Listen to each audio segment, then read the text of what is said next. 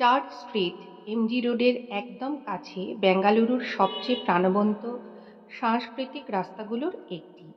বইয়ের দোকান, cafe, live music সব মিলিয়ে একটা শহুরে কবিতা যেন।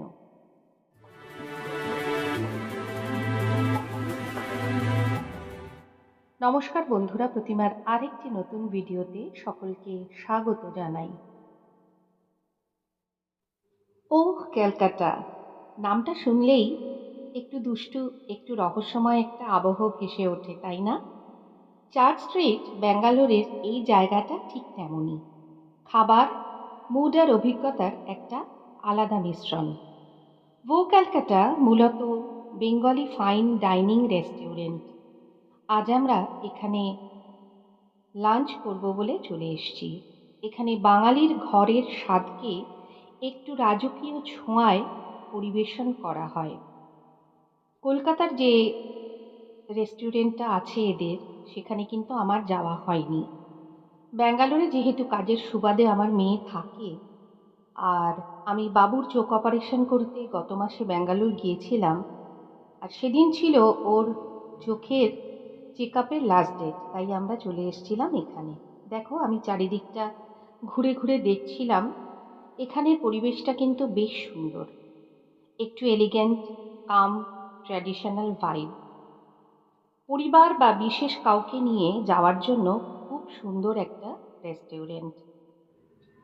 হালকা বাঙালি সঙ্গীত বা সফট অ্যাম্বিয়েন্স পরিবেশটাকে আরও মোহময় করে তুলেছে। দেয়ালে দেখতে পাচ্ছ, এখানে যে পোর্ট্রেটগুলো রয়েছে সেখানেও রয়েছে বাঙালিয়ানার ছোঁয়া। এখানের খাবারের দাম একটু বেশি, তবে খাবারের যা কোয়ালিটি আর এক্সপিরিয়েন্স, তার জন্য এইটুকু খরচ করাই যায়।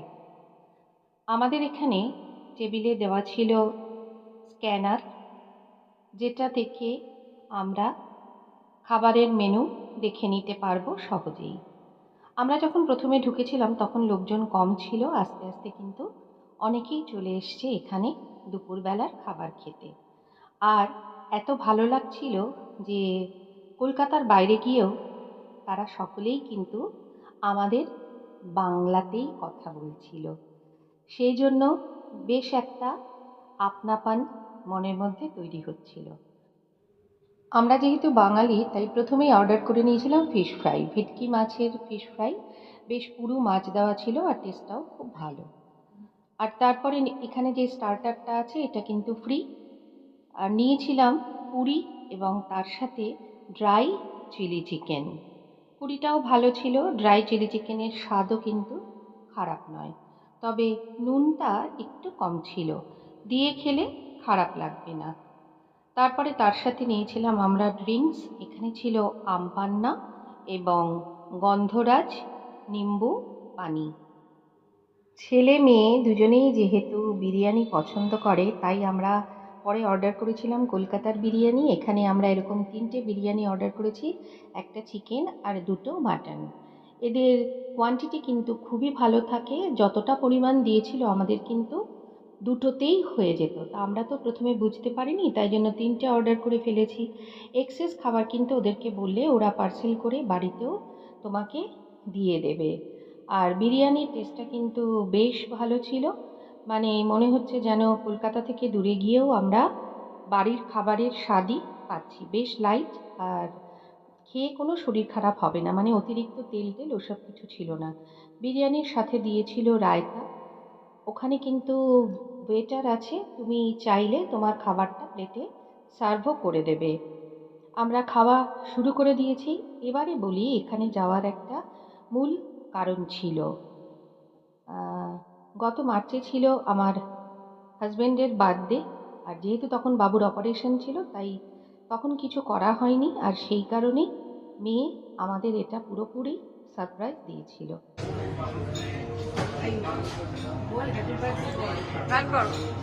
Happy birthday to you. Happy birthday to you. Happy birthday dear Baba. Happy birthday to you. এখান থেকে কোনাকুল করে এইরকম কাটো তাহলে তুলতে সুবিধা হবে। হ্যাঁ দূরে থেকেও যখন নিজের সংস্কৃতির গন্ধ পাওয়া যায় তখন সেটা শুধু খাবার না, মনে হয় যেন আমরা বাড়ি ফিরে গেছি। সেদিনের এক্সপিরিয়েন্স আমাদের খুবই ভালো ছিল। বাবুর বাবা বাবুকে একটু কেক খাইয়ে দিল। তারপরে আমরা অর্ডার করেছিলাম ডেজার্ট হিসেবে আইসক্রিম। এটা ছিল নলেন গুড়ের আইসক্রিম, আর টেস্টটা মানে অসাধারণ ছিল। কি বলবো যে কাউকে শেয়ার করার মতো নয়, এত ভালো ছিল আইসক্রিমটা খেতে। এরপরে আমরা আস্তে আস্তে বাড়ি চলে যাব। আর এখানের তোলা কিছু ছবি আমরা শেয়ার করে দিলাম তোমাদের সঙ্গে, যেটা আমাদের চ্যানেলে থাকলো, পরে আমরা যখন ইচ্ছে করবে দেখতে পাবো। আজকের ভিডিওটা তোমাদের কেমন লাগলো অবশ্যই কিন্তু কমেন্ট করে জানিও। নতুন বন্ধুদের অনুরোধ, চ্যানেলটিকে যদি সাবস্ক্রাইব না করে থাকো তাহলে চ্যানেলটিকে সাবস্ক্রাইব করে বেল নোটিফিকেশান অল করতে ভুলো না, যাতে আমরা যখনই কোনো ভিডিও দেব তখন তোমরা দেখে নিতে পারো। আমাদের সেদিনের টোটাল বিল ছিল 6,445 টাকা। আজ তাহলে আসি, দেখা হবে নতুন একটি ভিডিওতে। টাটা।